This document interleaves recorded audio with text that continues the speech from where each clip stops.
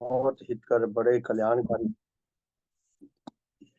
उच्च जीवन रस प्रदान करने वाले, धर्म मार्ग को प्रशस्त करने वाले, धर्म मार्ग पर चलने के लिए ज्योति और बल देने वाले इतने सुंदर भजन सुने कि धर्म विकासालय क्या है, इसकी महिमा क्या है, धर्म विकासालय हमें क्या से क्या बनाना चाहता है। बहुत सुंदर महिमा विषयक भजन है दोनों। और फिर परम पूज्य भगवान देवात्मा ने शुभ कामना की तो जैसे ना सारी बाड़ी तोड़ दी, सीमा लांग गई, इतनी जबरदस्त शुभ कामना की कि उसके बाद शुभ कामना करने के लिए कुछ बचते ही नहीं है नया कुछ।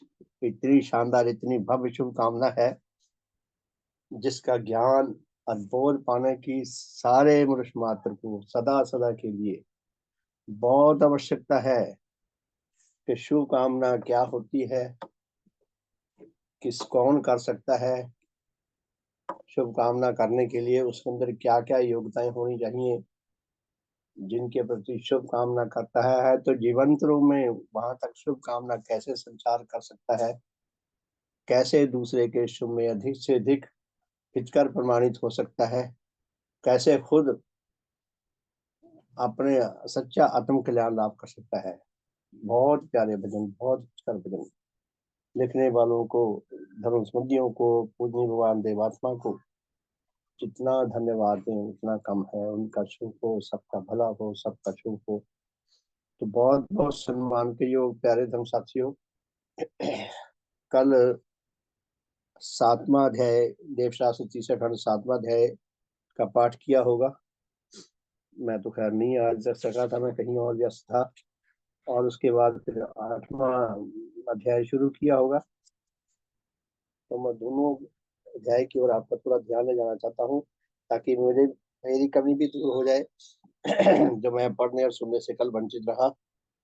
तो मैं आप सबसे प्रार्थना करता हूँ कि कल 7वें अध्याय में हमने कोई विशेष बात हमें समझ आई हो, हमने नोट की हो, तो आप कृपया अपने अनुभव से परिचित करवाने का कष्ट करें।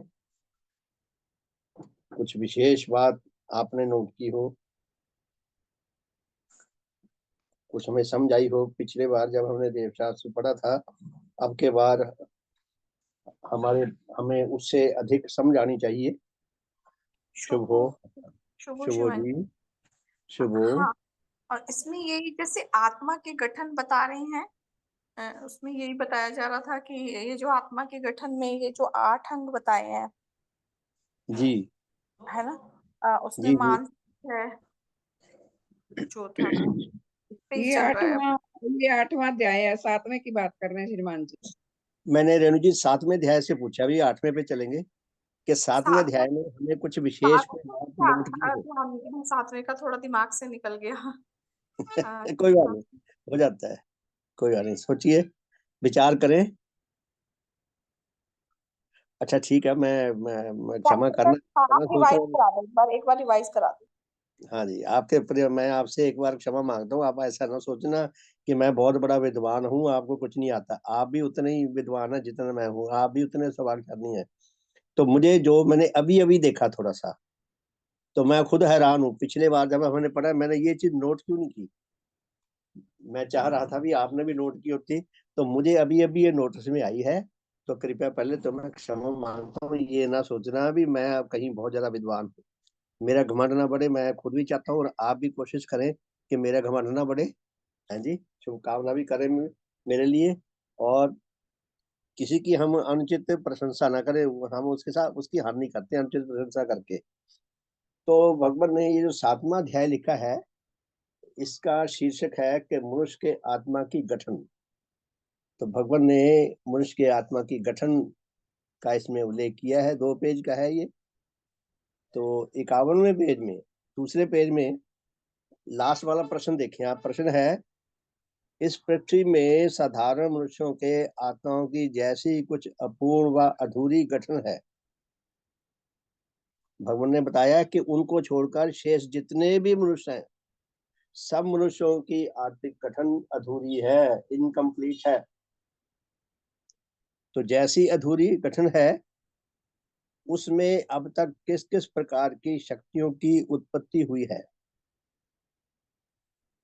प्रश्न ये है कि जो अधूरी घटना है ये कैसी है, इसमें क्या क्या फैसिलिटीज हैं। अगर आप किसी का वो पुराने वो टाइम में होता था, अब भी होता है, किसी ने नया घर बनाया हो, नई कोठी बनाई हो, वो पार्टी करता है और फिर लोग आके देखते हैं घर में पूरा घूम के कि इसके घर का नक्शा कैसा है, कितना प्लाट लंबा है, कितना चौड़ा है, 2 मंजिल बना है, 3 मंजिल बना है, या ग्राउंड फ्लोर ही है, और कितने कमरे हैं, इसका नक्शा कैसा है, और सीढ़ियाँ किधर हैं, मेन गेट किधर है, आदि आदि ऐसा सब देखते हैं घूम घूम के। मालिक खुद भी दिखाता है बड़ी चाव भाव से कि आओ देखो जी, इतने हमारे बेडरूम है, ये हमारा रास्ता है, ये कॉरिडोर है, ये हमारा गली में निकलने वाला छोटा रास्ता है, ये बड़ा रास्ता है, कार का ये रास्ता है, ऐसे ऐसे दिखाता है।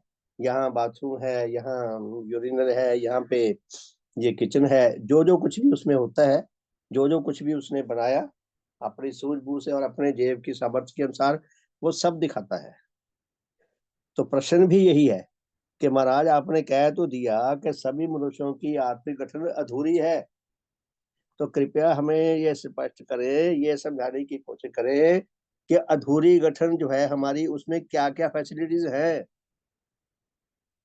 आप देखें, आपके मोहल्ले में मान लो 1000 घर है, अगर आप सभी घरों का नक्शा बनाने लग जाए, प्रत्येक घर में उसका देख कर आए कि घर में बिल्डिंग में जिसमें वो रह रहे हैं किस प्रकार का वो घर है, कितना लंबा चौड़ा प्लॉट है, कितने मंजिल का बना हुआ है, कितने कमरे हैं, कितने गेस्ट रूम है, कितने रीडिंग रूम है, और क्या क्या है उसमें फैसिलिटीज, वो सब देखते हैं अपने अपने हिसाब से।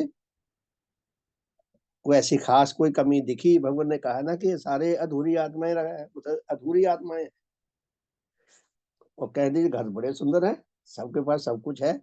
आप देखें सारे मोहल्ले में अगर 1000 घर है, सिर्फ एक फैसिलिटी ना हो, बाकी चाहे सोने की दीवारें हो, चांदी की दीवारें हो, हीरे मोती जड़े हुए कमरे में वो है प्रसाधन संस्थान ना हो, तो कितना भी कॉस्टली हो, दुनियावी दृष्टि से कितने रुपए पैसों का, करोड़ों रुपए का बनकर भी जीरो है कि जो सबसे बड़ी अहम महत्वपूर्ण फैसिलिटी, उसमें प्रसाधन संस्थान ना हो, यूरिनल ना हो, तो वो इतना बड़ा बन के भी बेकार है। तो प्रश्न है कि हम प्रश्न समझे कि इस पृथ्वी में साधारण मनुष्यों के आत्माओं की जैसी कुछ अधूरी गठन है, कि भगवान आपने हमें बता दिया कि सब मनुष्य में अधूरी गठन रखते हैं, उसमें अब तक किस किस प्रकार की शक्तियों की उत्पत्ति हुई है। अच्छा हमें ये तो बता दो हमारे अंदर कौन कौन सी शक्तियां हैं, जो आप बता दोगे हम देख लेंगे, खुद ही अपने आप को चेक करें हैं यदि है। अर्थात उनकी यह अधूरी गठन किन किन शक्तियों से संगठित है, या इस गठन में कौन कौन सी शक्तियां वर्तमान नहीं है, ये प्रश्न है। तो बड़ा शानदार उत्तर है। भगवान क्या फरमाते हैं, ऐसे मनुष्य आत्मा ऐसे मनुष्यों की आत्माओं की अधूरी व अपूर्ण गठन में जिस जिस प्रकार की शक्तियों की उत्पत्ति हुई है वह यह है। तो भगवान बताते हैं कि भी तुम्हारी अधूरी गठन में क्या क्या अंग हैं। पहली, नंबर 1, शरीर निर्माण पालन, उस पर शासन करने और उसे जीवित रखने वाली 4 प्रकार की शक्तियां, जो हमारी आत्मा की आत्मा है, जो उसकी प्रधान शक्ति है वो है रक्षाकारी और निर्माणकारी शक्ति, जो ये 4 प्रकार के काम करती है। तो भगवान क्या बताते हैं कि प्राय सभी जीवों में ये प्रारंभिक शक्तियां सब में है, वो शक्तियां जो उसके शरीर बनाती हैं, जिस शरीर में वो जीवनी शक्ति रहती है, उस शरीर का पालन पोषण करती हैं, उस शरीर के ऊपर नियंत्रण रखती हैं, कंट्रोल रखती है अपना, और उसे जीवित रखती है। ये 4 प्रकार के काम करती है, रक्षाकारी और निर्माणकारी शक्ति। ये शक्तियां अधूरी गठन वाले भी सभी जीवों में है, खाली मनुष्यों में नहीं, पशुओं में भी, वनस्पति जगत में भी। कोई कोई होता है जिसमें ये बहुत अधूरी होती है, बड़ी दुर्बल होती है, इसलिए वो आगे नहीं पनप सकता जीव, पौधा भी मर जाता है दुर्बल, और पशुओं के जीव भी मर जाते हैं, मनुष्यों के भी मर जाते हैं। लेकिन साधारणतः ये 4 प्रकार के काम करने वाली रक्षाकारी और निर्माणकारी शक्ति प्रत्येक अधूरी आत्माओं में वर्तमान होती है। दूसरा, ज्ञान उत्पादक नाना प्रकार की मानसिक शक्तियां प्राय ऐसे अधूरी गठन प्राप्त आत्माओं में ज्ञान पैदा करने वाली, सूझबूझ पैदा करने वाली, सूझ बातें समझाने वाली मानसिक शक्तियां प्राय सभी में थोड़ी या अधिक होती है। ऐसा नहीं कि बिल्कुल ही जीरो हो, लेकिन कोई कोई होता है जो जन्मजात पागल हो। साधारणतः सभी के पास कुछ ना कुछ मानसिक शक्तियां भी होती हैं। तीसरे प्रकार की, सुख दुख उत्पादक नाना प्रकार की भाव शक्तियां, ऐसी शक्तियां जिनके माध्यम से हमें किसी बात को लेकर दुख होता है, किसी बात को लेकर सुख मिलता है। अगर वो हमारी भाव शक्तियां हमारी आत्मा में वर्तमान है तो हमें सुख देने वाली शक्तियों से सुख का बोध होगा, दुख देने वाली शक्तियों से दुख का बोध होगा। आप देखिए, अभी सर्दियां जा रही हैं तो दीवारों में, फर्श में से चींटियां निकलनी शुरू होगी। अब धीरे धीरे चींटियों की लंबी लंबी लाइनें चारों ओर घूमती फिरती मिलेंगी, बिस्तर भरे पड़े मिलेंगे चींटियों से। कई देर से दीवारों से चढ़ के पता नहीं कब पहुंच जाती हैं बिस्तर पे भी। और छिपकलियां दीवारों पे दौड़ती भागती फिरेंगी, सर्दियों में गायब हो जाती हैं। मक्खियों, उनके अंदर बेचारों मानसिक शक्तियां तो उनके अंदर इतनी की समझ है उनके बोध शक्तियों से, सुख दुख के बोध से, कि गर्मी में वो बाहर, उनको बाहर आने में ज्यादा कष्ट नहीं है। सर्दियों में कष्ट होता है, सर्दियों में सब छुप जाते हैं जैसे अंतर ध्यान हो गए। तो ये बोध शक्तियों के द्वारा उनका ऐसा आचरण हमें दिखाई देता है। तो ये होगी तीसरे प्रकार की शक्तियां। ये प्राय सभी सभी अस्तित्व में होती हैं। चौथे प्रकार की हैं सुख के प्रति आकर्षण व अनुराग और दुख के प्रति विकर्षण व घृणा विषयक नाना प्रकार की भाव शक्तियां,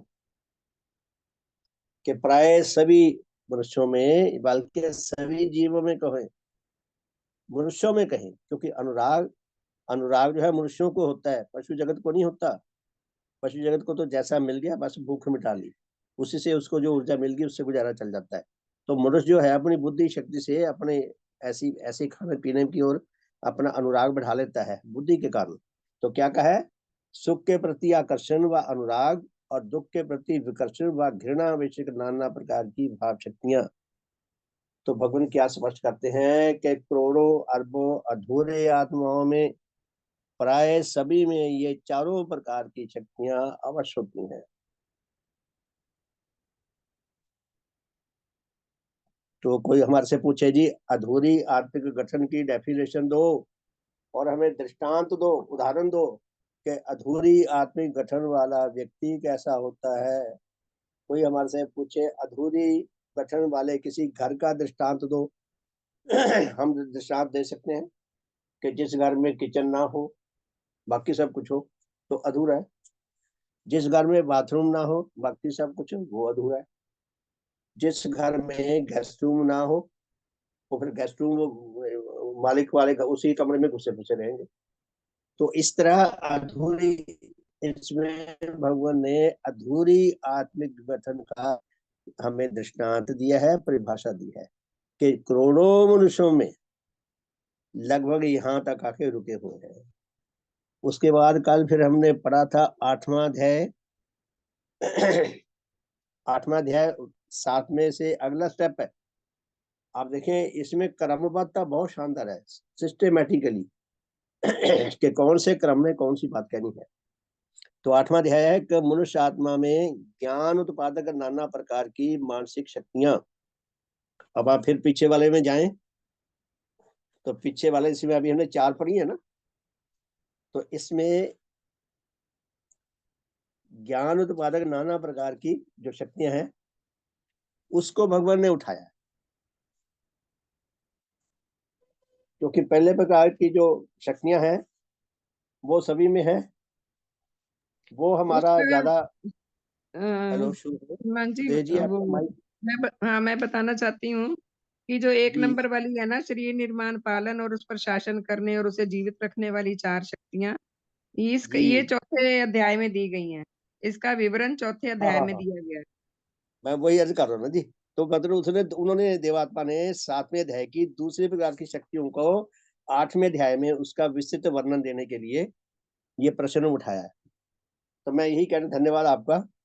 तो मैं यही मैं दिखाना चाहता था कि भगवान ने कितनी क्रमबद्धता है उनके समझाने में, कि मनुष्य आत्मा में ज्ञान उत्पादक नाना प्रकार की मानसिक शक्तियां, इनकी परिभाषा क्या है, और ये मानसिक शक्तियां किस किस रूप में विकसित हुई हैं।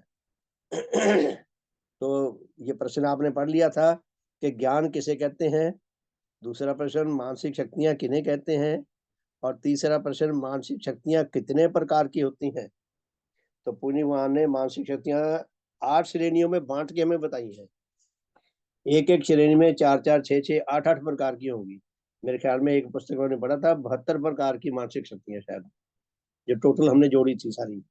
तो ये 8 श्रेणियों में मानसिक शक्तियों का उल्लेख किया है, जिसमें से कल दूसरी और तीसरी मानसिक शक्ति का शायद सब कौन सी पढ़ी थी आपने सुदेश जी? हाँ जी श्रीमान जी। तीसरी श्रेणी की मानसिक शक्ति पढ़नी है, धारणा शक्ति पढ़नी है जी। हाँ जी, धारणा शक्ति का दूसरा स्मरण शक्ति। अच्छा अच्छा, ठीक है, धन्यवाद। तो देखिए, तीसरी श्रेणी की, उन्हीं मानसिक श्रेणी को 8 श्रेणियों में बांटकर शक्तियों को बताया है, कि तीसरी श्रेणी की जो मानसिक शक्तियां हैं, मानसिक शक्ति कहते हैं जो बुद्धि से, अकल से जुड़ी हुई शक्तियां, वो शक्तियां हैं 8 प्रकार की दी हैं। धारणा शक्ति, स्मरण शक्ति, अनुकरण शक्ति, कल्पना शक्ति, जिज्ञासा शक्ति, विचार व विवेचना शक्ति, मुक्ति व तर्क शक्ति, ध्यान शक्ति। हम अपना थोड़ा सा होमवर्क किया करें तो एक एक दो दो शब्दों में ये लिख सकते हैं कि हमें क्या समझा रहा है। धारणा शक्ति, किसी को देखकर उसका, उसकी बातचीत के, उसकी बॉडी लैंग्वेज के, उसके स्वभाव को समझ के हमारे मन में उसके प्रति क्या धारणा बनी कि ये व्यक्ति किस प्रकार का है। तो जैसी धारणा बनी, अगर हमारी धारणा शक्ति बहुत अच्छी होगी तो हमारी धारणा प्राय सही होगी। अगर हमारी धारणा शक्ति बिगड़ी हुई होगी तो होगा कुछ, हमें कुछ का कुछ लगेगा। ये भी बात है। तो दूसरी स्मरण शक्ति, हमारी स्मरण शक्ति जितनी तीक्ष्ण होगी, जितनी तेज होगी, उतना हमारी याददाश्त अच्छी होगी, उतने हमें बातें याद रहेगी। तीसरी प्रकार की अनुकरण शक्ति, किसी की नकल करने की शक्ति। आजकल देखते हैं ना, कितने एक्टर हो गए जो दूसरे की आवाज की हूबहू नकल कर देते हैं। वो पता ही नहीं चलता कि असली व्यक्ति की आवाज है या कोई और एक्टर नकल कर रहा है। ये जिसके अंदर है, ये अनुकरण शक्ति, नकल करने की योग्यता जितनी ज्यादा होती है, उतनी वो सही रूप में नकल कर सकता है।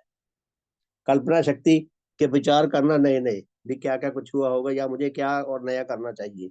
जिसके अंदर कल्पना शक्ति जितनी अधिक होगी, वो उतनी सृजनशीलता वो ज्यादा कर सकता है। चौथी है जिज्ञासा शक्ति, जानने की इच्छा, जानने की ललक, ज्ञान पाने की ललक।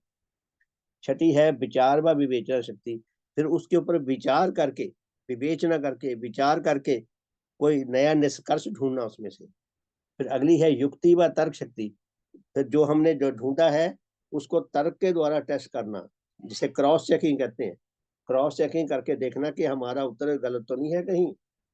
और उसके बाद फिर है ध्यान शक्ति, कि अपने आप को एकाग्र करना उसके ऊपर, ताकि जब हम उसका अध्ययन करें तो बिल्कुल उसका सही रूप हमारे सामने आए। तो कल हमने पढ़ी थी धारणा शक्ति और स्मरण शक्ति, यही पढ़ी थी ना जी दो। तो आज पढ़ते हैं अनुकरण शक्ति। नहीं श्रीमान जी, स्मरण शक्ति पढ़नी है आज। अच्छा, स्मरण शक्ति पढ़नी है, जी जी, धन्यवाद। तो ठीक है जी, कल धारणा शक्ति पढ़ी थी। तो धारणा शक्ति का एक शब्द में तो जो मुझे समझ आया, मैं आपको बता रहा हूँ, कि किसी को देखकर, सुनकर, उसके स्वभाव को देखकर, उसके व्यवहार को देखकर, उसके फेस एक्सप्रेशन को देखकर हमारे मन में जो उसकी छवि बनी, वो हमारी धारणा शक्ति जितनी सुंदर होगी, जितनी विकसित होगी, उतनी उसकी छवि सही बनेगी। जितनी हमारी धारणा शक्ति दुर्बल होगी, उतनी उसकी छवि हमारे मन मस्तिष्क में आधी अधूरी बनेगी। तो स्मरण शक्ति, याद रखने की शक्ति, तो भगवान क्या फरमाते हैं, स्मरण शक्ति किसे कहते हैं? मनुष्य बचपन से ही अपने शारीरिक इंद्रियों और अपने प्रतिपालकों आदि की शिक्षा से जिस प्रकार के प्रभाव लाभ करता है, वह उसकी धारणा शक्ति की प्लेट पर मानो ग्रामोफोन की प्लेट की नई अंकित होते रहते हैं। जैसे मोबाइल में एक हार्ड डिस्क होती है, कंप्यूटर में हार्ड डिस्क होती है, तो हमारे आत्मा में, हमारे शरीर में भी एक हार्ड डिस्क है, जिसके ऊपर हमारी आत्मा में एक हार्ड डिस्क है। उस डिस्क के ऊपर दूसरे की छवि, दूसरे के प्रभाव, दूसरे का स्वभाव रिकॉर्ड होता रहता है। तो क्या फरमाते हैं भगवान, मनुष्य बचपन से ही अपनी शारीरिक इंद्रियों और अपने प्रतिपालकों आदि की शिक्षा से जिस जिस प्रकार के प्रभाव लाभ करता है, वह उसकी धारणा शक्ति की प्लेट में मानो ग्रामोफोन की प्लेट की नई अंकित होते रहते हैं। जैसे पहले रिकॉर्ड आया करते थे, हमारी तो अपनी दुकान थी मेरे बड़े भाई साहब की, तो ग्रामोफोन जो था वो बिना बिजली के, बिना बैटरी के चलता था। उसके अंदर स्प्रिंगदार मशीन लगी होती थी, जैसे घड़ियां आया करती थी, चाबी देते थे उसको, तो धीरे धीरे उसका स्प्रिंग ढीला होता रहता है और फिर दोबारा चाबी देनी पड़ती थी। आजकल तो सेल आ गए। तो उसी तरह ग्रामोफोन आया करता था, और उसके ऊपर लोहे की सुई, उसमें निडल लगती थी, और उसके ऊपर जो रिकॉर्ड होता था, रिकॉर्ड उसमें घूमता रहता था, उसके ऊपर वो रख देते थे सुई, नोक उसकी तीखी, वो नोक उस रिकॉर्ड से घिसकर उसमें से जो आवाज थी उसको उठाती थी और साउंड के रूप में उसको बदल देती थी। तो वो डिस्क होते थे पुराने। उसके बाद दूसरी सीडीज आने लगी, सीडीज के बाद तो फिर मोबाइल आ गए और बड़ा कुछ आ गया, सीडीज भी पुरानी होगी। अब ये क्या कहते हैं आपके, ये मोबाइल में भी हमें ज्यादा सेव रखने की जरूरत नहीं है, इंटरनेट आ गया, तो उसमें सब कुछ मोबाइल में आप सेव कर लो इंटरनेट पे, बस वहीं से निकाल लो जब मर्जी।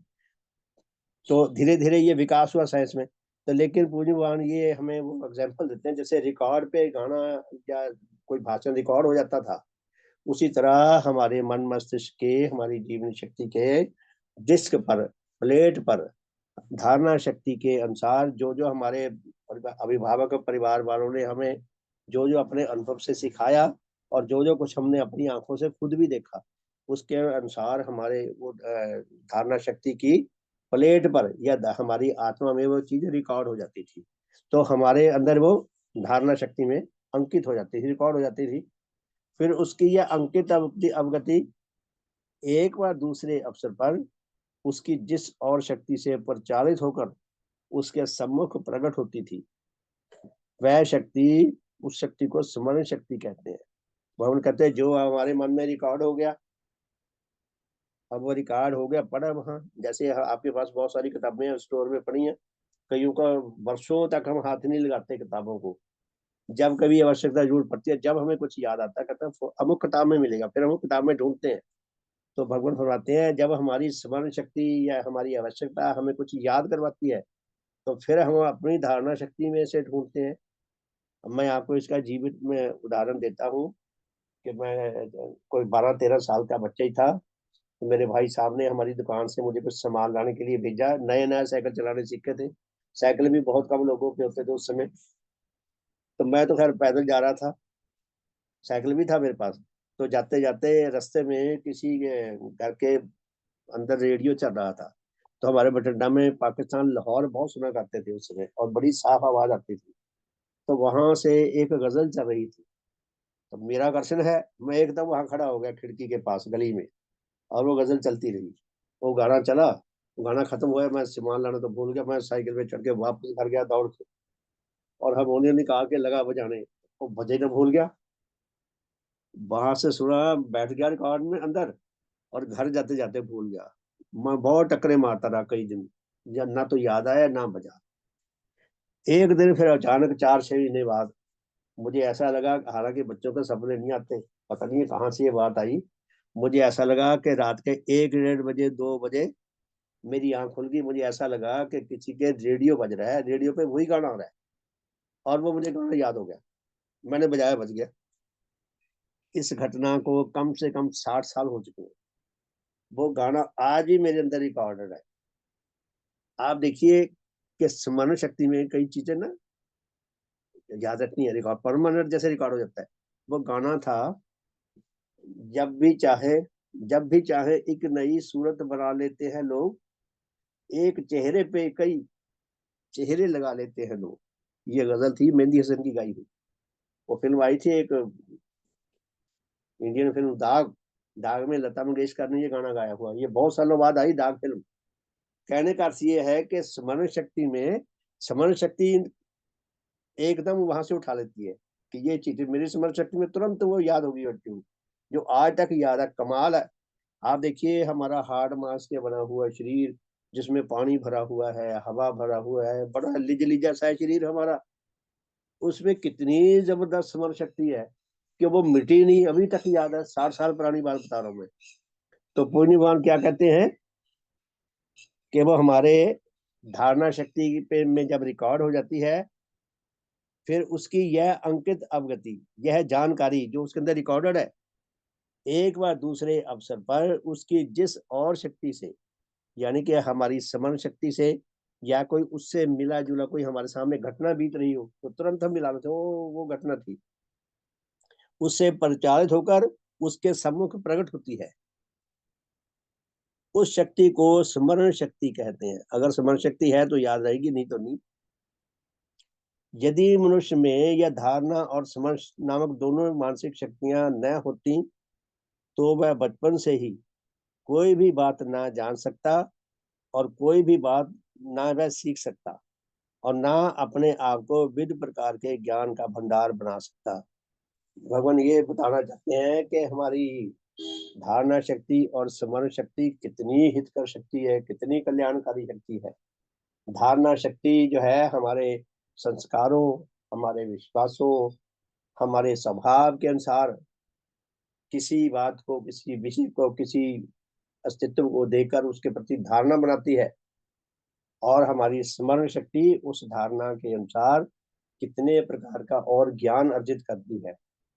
अगर ये ना होती तो पढ़ लिख कर लोग विद्वान ना बनते। जो इतनी मनुष्य ने तरक्की की है, विकास किया है, अपने लिए इतनी सहूलतें पैदा की है, वो ना हो सकती अगर ये धारणा शक्ति और स्मरण शक्ति मनुष्य को न मिली होती।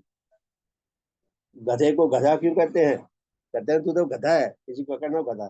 तो गधे के अंदर स्मरण शक्ति नहीं होती बेचारे में।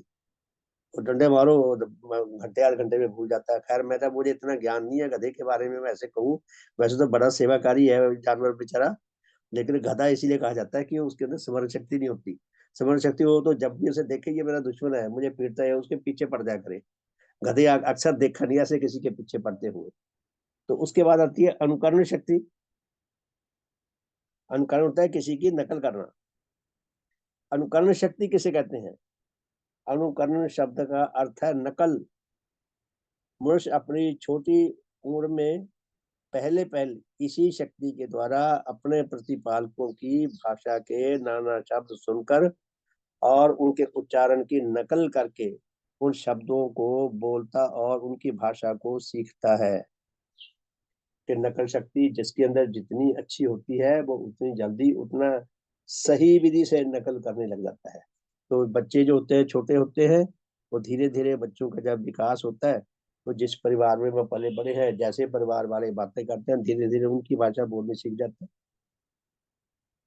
किसी अंग्रेज के घर का बच्चा आ जाए यहाँ 1.5 साल का, तो फटाफट से अंग्रेजी बोलता देखिएगा, हम लोग बड़े हैरान होंगे, दांतों तले उंगली दबाएंगे, अरे ये तो बहुत पढ़ा लिखा है, हमें तो कुछ भी नहीं आता।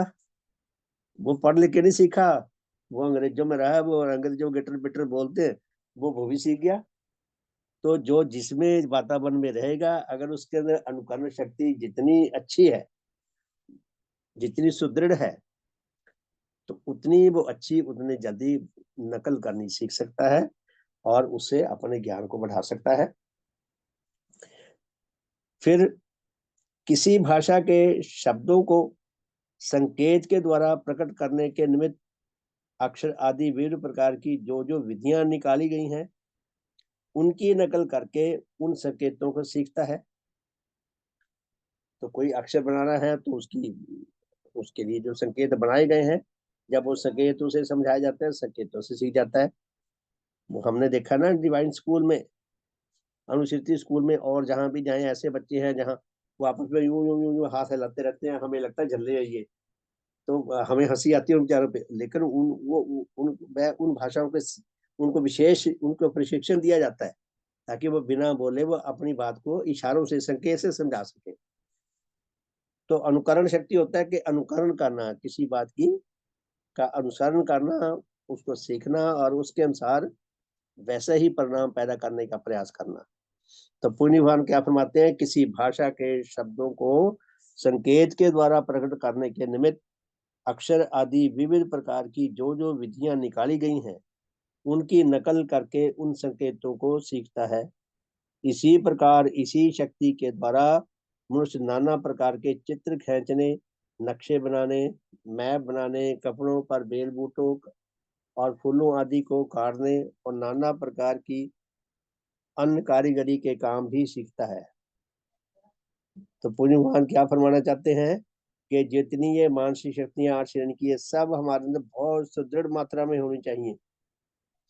आगे भगवान क्या लिखते हैं, इसी शक्ति के द्वारा मनुष्य किसी और मनुष्य की पोशाक की नकल करके आप भी वैसी पोशाक पहनता है।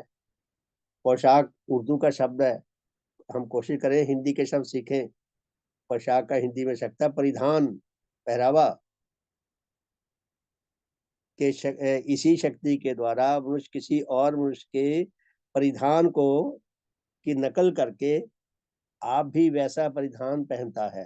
जो कोई अच्छे अच्छे ड्रेसेस पहनने का बनाने का शौकीन हो वो दूसरे की ड्रेस देखकर वैसी बनाता है। अगर उसके अंदर ऐसी अनुकरण करने की योग्यता है तो भी करता है। लेडीज को खास करके देखते हैं जब स्वेटर बनते हैं सर्दियों में, वो एक दूसरे के स्वेटर का डिजाइन उतारती हैं, या ड्रेसेज आ रही हैं आजकल तो वैसी ड्रेसेज बनाती हैं। सिलाई में डिजाइन अलग अलग प्रकार के कितना कुछ विविध आती है। तो भगवान कहते हैं इसी शक्ति के द्वारा वह किसी की विशेष बोली और किसी की शारीरिक विशेष क्रिया और किसी की और बातों की नकल करके एक व दूसरे प्रकार के ड्रामे व तमाशे व खेल दिखाता है। फिल्मों में क्या होता है, नाटकों में क्या है, नाटक किसी को तो कहते हैं किसी की नकल करना, कि जो वो पात्र है अपने नाटकीय अंदाज से बिल्कुल अपने आप को भुला देना, लोग उसको भूल जाए असली व्यक्ति को। अगर वो करण बना हुआ है तो करण उनको याद रह जाए। जितना सुंदर ढंग से वो भूमिका निभाएगा उतना वो सफल माना जाएगा। तो भगवान कहते हैं कि परंतु कोई मनुष्य अपनी इस शक्ति के द्वारा मात्र बाहर की नकल के किसी असल उच्च गुणों व विशेषताओं की नकल करके उन्हें अपने जीवन के द्वारा असल रूप में प्रकट नहीं कर सकता। हम बाहर की नकल तो कर सकते हैं लेकिन जो किसी के अंदर विशेष गुण है वह नकल नहीं हम कर सकते, क्योंकि नेचर में जिस मनुष्य को जिस किसी अच्छे भाव व गुण का बीज नहीं मिला अथवा यदि उसे मिला था और वह किसी कारण से प्रस्फुटित और उन्नत व विकसित नहीं हो सका तो वह उस भाव के प्रकाशक सच्चे लक्षणों का अपने जीवन से कभी प्रकाश नहीं कर सकता। किसी के आंतरिक गुणों का आंतरिक रूप में नकल करने के लिए हमारे अंदर जन्मजात वो गुण आए हों और हमने विशेष रूप से वर्षों तक उनके ऊपर काम किया हो, प्रशिक्षण लिया हो और हृदयगत भावों से उसके अनुसरण किया हो, तब जाके हमारे अंदर कुछ कुछ कोई योग्यता आ सकती है। जो आंतरिक नकल है ये बहुत मुश्किल है, बाहर की तो करनी फिर भी आसान है। तो भगवान ने एक दृष्टांत दिया है, कौवा और मोर के परों को अपने परों पर लगाकर, कौवा मोर के परों को अपने परों पर लगाकर और बाहर से कुछ कुछ उसके रूप की नकल करके भी अपने आप को मोर नहीं बना सकता। कौवा कौवा है, मोर मोर है। अगर कौवा सोचे कि मुझे मोर बनना है, मोर तो तभी बनेगा अगर अंदर अंदर के वो गुण हो जन्मजात। अगर वो नहीं है, बाहर से वो पंख भी लगा ले मोर के 5-4, तो भी वो कौवा कौवा ही दिखाई देगा, मोर नहीं बन सकता। इसलिए नेचर के इस अटल नियम के अनुसार कोई जन नकल के आधार पर किसी सच्चे गुण के सूचक किसी शब्द व शब्दों को अपने व किसी और के साथ लगाकर अपने आप को व उसे वह विशेष पुरुष नहीं बना सकता और उसके जीवन के उन सच्चे लक्षणों को अपने व उस जन के भीतर से प्रकट नहीं कर सकता, कि जो गुण हमें बीज रूप में नहीं मिले, हम नकल के द्वारा उन गुणों को सार्थक रूप में प्रकट नहीं कर सकते, और ऐसी नकल करके वह अपने आप को भांड व पखंडी ही प्रमाणित कर सकता है। ऐसा व्यक्ति फिर अपमान का पात्र बनता है। देखने वाले समझ जाते हैं कि ये बंदा बंदा असल में कुछ और है, दिखावा कुछ और करता है। अगली है कल्पना शक्ति। हाँ जी, कोई धर्म साथी अपना अनुभव शेयर करना चाहे। हमने ये जो दो शक्तियां पढ़ी हैं, तो स्वागत है अगर कोई अनुभव शेयर करना चाहे। शुभ हो।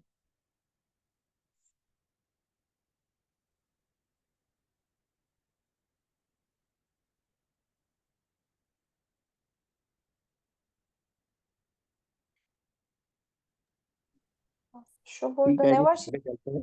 हाँ जी। हाँ, अच्छा बता रहे हैं आप। हाँ जी। अच्छा बता रहे हैं कि इसमें हम कि वही जो आपने अनुकरण और वो बताई है कल्पना शक्ति, कि वो पीछे की भी हम किसी का नहीं कर सकते। हाँ। ठीक है, धन्यवाद। राजेश शर्मानी जी ने गधे के बारे में कुछ लिखा है, आओ पढ़ें क्या लिखते हैं। कहते लिखा है इन्होंने कि गधा एक जानवर है जो घोड़े के परिवार से संबंधित है। इसकी वैज्ञानिक परिभाषा इस प्रकार है। गधा एक जानवर है जो घोड़े के परिवार से संबंधित है। यह एक स्तनधारी जानवर है जो अफ्रीका और एशिया में पाया जाता है। गधे की विशेषता है इसकी मजबूत और स्थिर प्रकृति, जो इसे भारी बोझ ढोने और लंबी दूरी तय करने में सक्षम बनाती है। बहुत बहुत धन्यवाद श्रीमान जी। ये तो हमें पता ही है कि गधा बहुत सेवाकारी जानवर है। गधा परिहास का पात्र नहीं, हमारे सम्मान का पात्र है। वो तो बुद्धि शक्ति के हिसाब से जो हमें हमें सुनने को मिला है कि गधे के अंदर, बेचारे के अंदर विचार शक्ति नहीं है, कि दृष्टांत के तौर पर मैंने इस्तेमाल किया है। धन्यवाद आपका, बहुत बहुत धन्यवाद। तो प्यारे साथियों, अगली शक्ति है कल्पना शक्ति। कल्पना शक्ति किसे कहते हैं? मनुष्य की कल्पना शक्ति वह मानसिक शक्ति है। कल्पना शक्ति भी एक बौद्धिक शक्ति है कि जो किसी एक व दूसरे प्रकार के मानसिक चित्र खींचकर उसके सम्मुख प्रकट करती है, अथवा यदि कोई और जन किसी बात के संबंध में कोई मानसिक चित्र खींचकर उसके सम्मुख वर्णन करे, तो योग्यता रखने पर वह उसके द्वारा उस मानसिक चित्र को देख व उपलब्ध कर सकता है। यह बहुत अद्भुत शक्ति है। यदि यह शक्ति मनुष्य में वर्तमान न होती, तो कोई भी मनुष्य किसी मानसिक दृश्य के देखने के योग्य न होता। मनुष्य की यह मानसिक शक्ति जिस जिस प्रकार के मानसिक चित्र खींचती है, वह सब सत्य नहीं होते, किंतु उनमें से कितने ही मिथ्या होते हैं। इन चित्रों में से कितने ही चित्र, चाहे वह पूर्णतः मिथ्या भी हों, जहां एक बार दूसरे जन को सत्य और सुखदायक प्रतीत होते हैं, वहां कितने ही चित्र, चाहे वह पूर्णतः सत्य भी हो, एक बार दूसरे जन को मिथ्या व कष्टदायक बोध होते हैं। तो कल्पना शक्ति के बारे में बताया कि ये बहुत ही हितकर शक्ति है। कल्पना शक्ति में इंसान काल्पनिक चरित्र बनाता है, काल्पनिक योजनाएं बनाता है, और फिर उन योजनाओं पे कार्य करता है। तो जो संभव होती हैं, हितकर होती हैं, वो सफल भी हो सकती हैं। आप देखिए कि वैज्ञानिक में और दार्शनिक में क्या अंतर है। दार्शनिक जो होता है वो एक आइडिया देता है, वैज्ञानिक जो है उस आइडिया के ऊपर काम करता है, वैज्ञानिक आधार पर देखता है यह संभव है या असंभव है, और यदि संभव है तो संभव होने के बावजूद ये कितना हितकर है या हितकर नहीं है, तो उसके अनुसार आगे बढ़ता है। तो कल्पना शक्ति बहुत हितकर शक्ति बन हो सकती है यदि वो वैज्ञानिक विधि के साथ जुड़ी हुई हो। नहीं तो कई कल्पना प्रिय जो होते हैं वो हानि बड़ी उठाते हैं, वो कल्पनाओं में ही जीते रहते हैं, वो सृजनशीलता नहीं कर पाते, ना किसी सृजनशीलता का सम्मान कर पाते हैं। तो कल्पना शक्ति बुद्धि शक्ति के अधीन रहे, वैज्ञानिक विधि के अधीन रहे, तो सत्यम के अधीन रहे, तो बहुत हितकर हो सकती है। तो भगवान क्या लिखते हैं कि शरीर की जागृत दशा के भिन्न यह शक्ति मनुष्य की सोई हुई दशा में भी जब इसी प्रकार के चित्र बनाने का काम करती है, जैसे हमें स्वप्न आते हैं, जब कहते वह शरीर की जागृत दशा के भिन्न यह शक्ति मनुष्य की सोई हुई दशा में भी जब इसी प्रकार के चित्र बनाने का काम करती है, तब उसके यह चित्र स्वप्न कहलाते हैं। स्वप्न के सब चित्र प्राय मिथ्या होते हैं। अधिकतर स्वप्न हमारे लगभग मिथ्या होते हैं। जिन मनुष्यों में एक और विचार और तर्क विषयक मानसिक शक्तियां जितनी कम उन्नत हो और दूसरी ओर उनमें नेचर के संबंध में किसी सत्य व असत्य घटना व संभव व असंभव का ज्ञान बिल्कुल नहीं होता, वह अत्यंत थोड़ा सा होता है, उन पर उनकी जागृत दशा में भी उनकी कल्पना शक्ति का उतना ही अधिक अधिकार होता है और उतने ही अंश व ऐसे मनुष्यों की अपेक्षा मिथ्या विश्वासों व मतों को बहुत अधिक मानने के लिए तैयार रहते हैं और उनमें बहुत अधिक लिप्त रहते हैं कि जो जन विद्या की प्राप्ति के द्वारा अपनी विचार और तर्क शक्ति को उनसे अधिक उन्नत करने के योग्य बन जाते हैं और सत्य नेचर के संबंध में अपेक्षाकृत सत्य ज्ञान लाभ करते हैं। तो इस से हमें क्या समझ आई, क्या निकल के आती है बात?